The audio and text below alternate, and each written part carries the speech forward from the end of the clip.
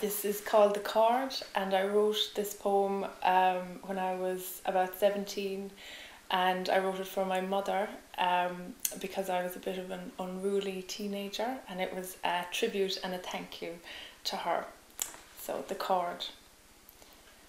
I used to lie on the floor for hours after school, with the phone cradled between my shoulder and my ear, a plate of cold rice to my left, my school books to my right. Twirling the cord between my fingers, I spoke to friends who recognised the language of our realm.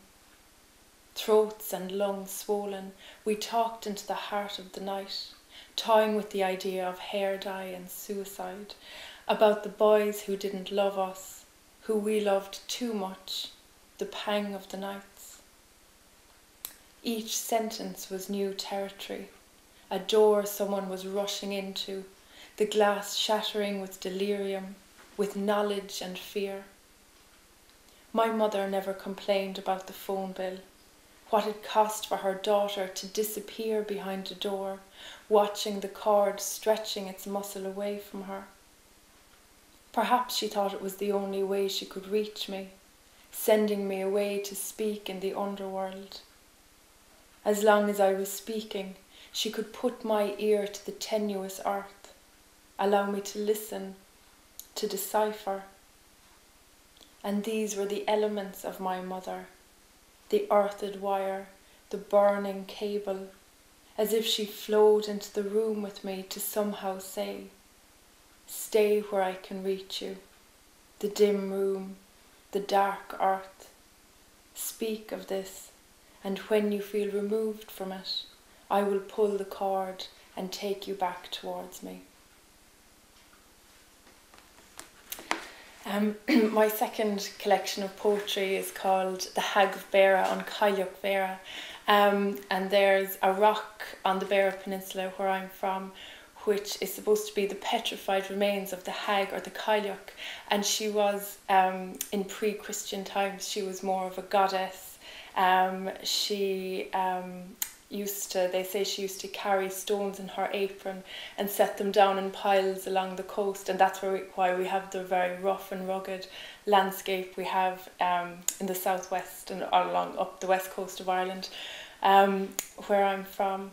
And she changes from a stone into a woman over the course of centuries. And the first poem I'm going to read from the book is called Birth, and it's that image of the stone turning into a woman, and it's in the voice of the Cailleach. Birth.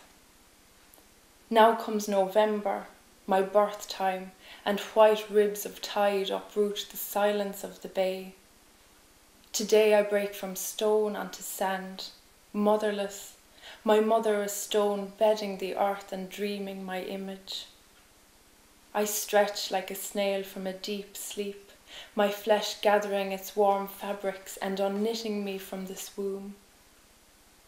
I listen and mimic the flood tide, open my ears to the haul of shells, sheer salts erupting my birth cry.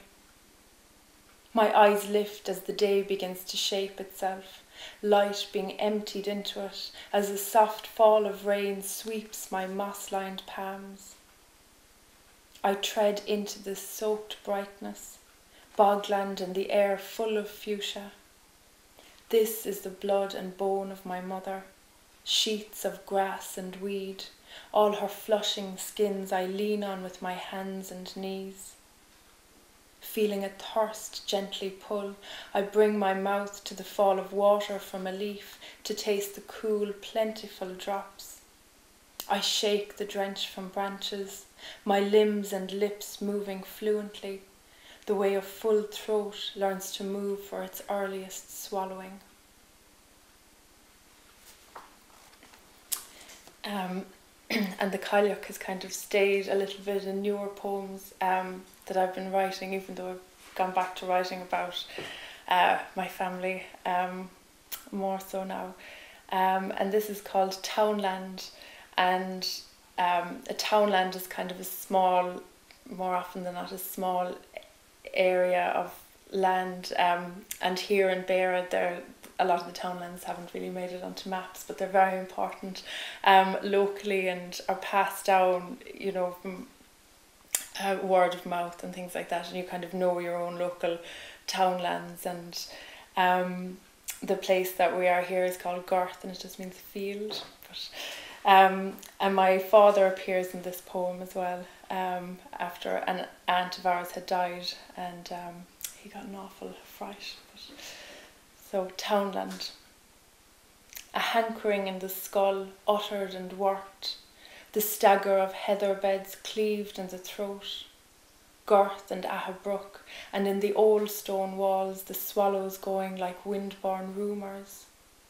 An ordinary night, my father walking there thought he'd heard the ghost of Nora Sear, the border streams swelling to the sound of her steel crotch tapping out the hours. Old homes and a half-remembered word of mouth, we'd prowl the lanes ourselves, calling her out. The underground all moan and winnow, with disappearing streams and passages that swept the yellowing firs. Unlistened for, the roofless village 1,000 times past, and beyond, the fall of banked moss, the waning lift and turn of a gate, and all of us listening.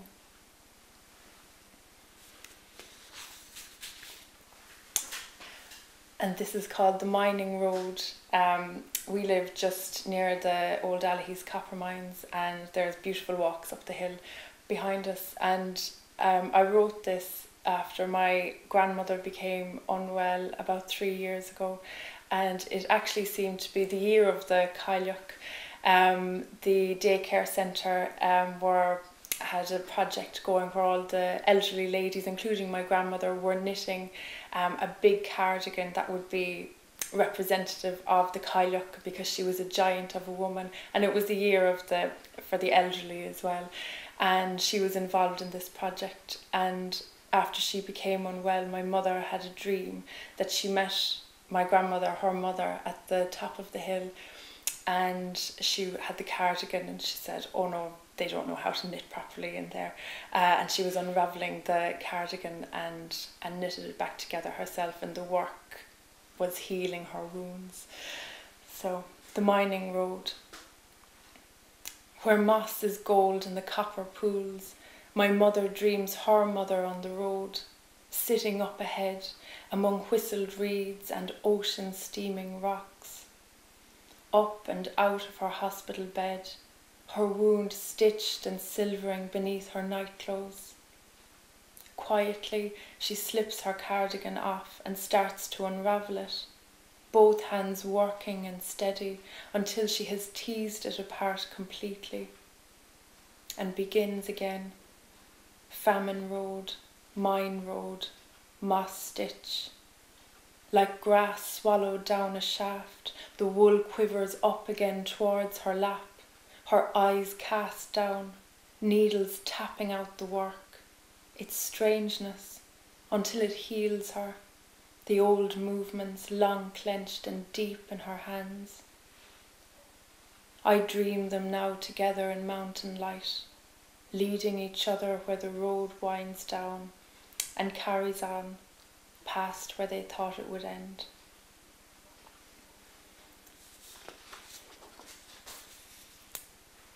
And this is another grandmother poem, and different grandmother, and kind of a Cailleach poem as well, because she had more of the Cailleach in her, I think, than anyone else, any other woman in my life. My grandmother lived in the house with us when I was growing up, and my grandfather had died before any of us were born, and I was always curious as to what their life together was like, what she was like as a married woman and what he was like. And apparently he was very mischievous and would play tricks on her and take the mick out of her, and she wouldn't stand for it at all. So this is after he had said something like, they were coming home from Cork and they were passing there by Ballycrovane, where there's always swans swimming there, and he said to her, Rita, you'd make a beautiful swan. And she didn't like it one bit, and this is post the swan. Love stories. And when they fought, my father said, in those daylit, lamplit rooms, him bowed into the ceremonies of the newspapers. The sound would be of her slamming closed the cupboard doors, the front door, cups and plates smashed into the deep sink like a sudden downpour of hailstone. He would turn the pages very slowly, so as not to disturb her, and mindful of knives where buttery spuds still plumed on the blade. And once, peering over the rim of the page, he calmly offered, "Would you prefer a hammer?" so that the whole thing started up again. For 3 days and nights, hinges turned over the world.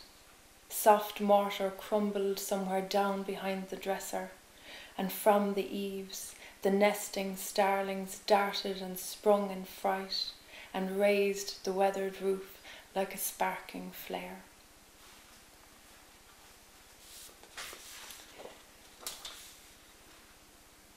This is called Antique Cabinets. It's one of my own love poems, because I got married last week. So this is what I will marry into.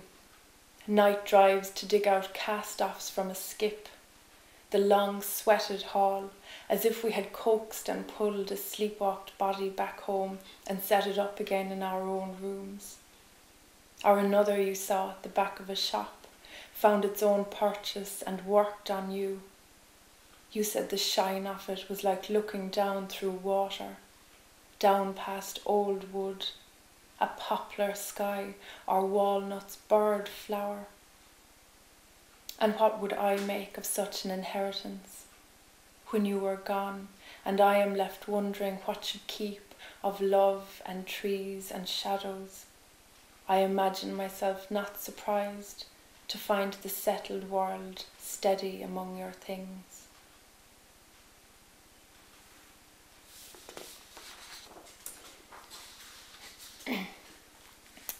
I wrote a long poem called Man Engine because there is an old abandoned man engine up in the copper mines, and when I was researching about the mines for a few of the poems in this book, I read that the miners went to about 280 feet below sea level, and I thought, that's a poem in itself, just thinking about it. You don't even have to write anything about it to think of all that work going on underneath you without you knowing about it. And I believe in things having happened once, they're still happening, they're still there.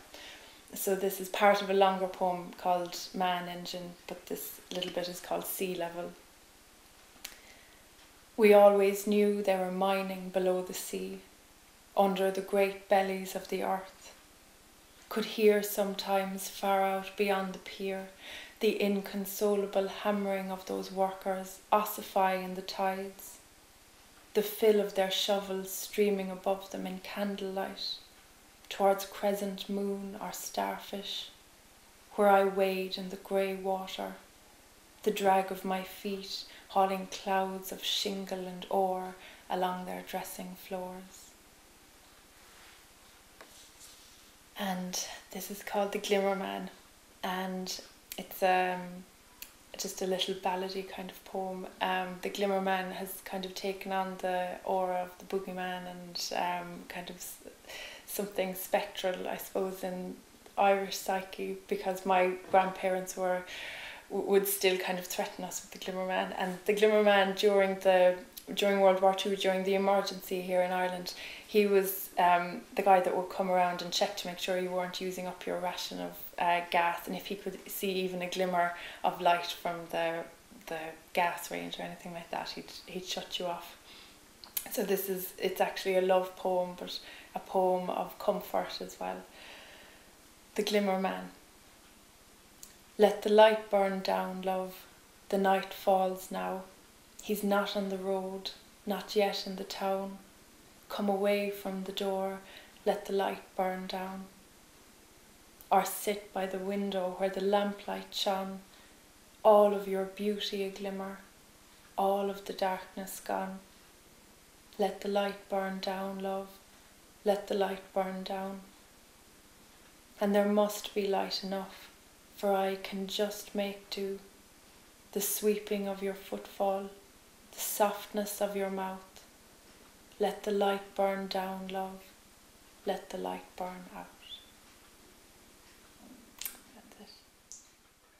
Just as my stomach started rolling. Okay, it's good I forgot to put this on. So just in case there's a problem, would you be okay Do it again? about me doing it Yeah, again? no, I feel much better now actually having done it once, yeah.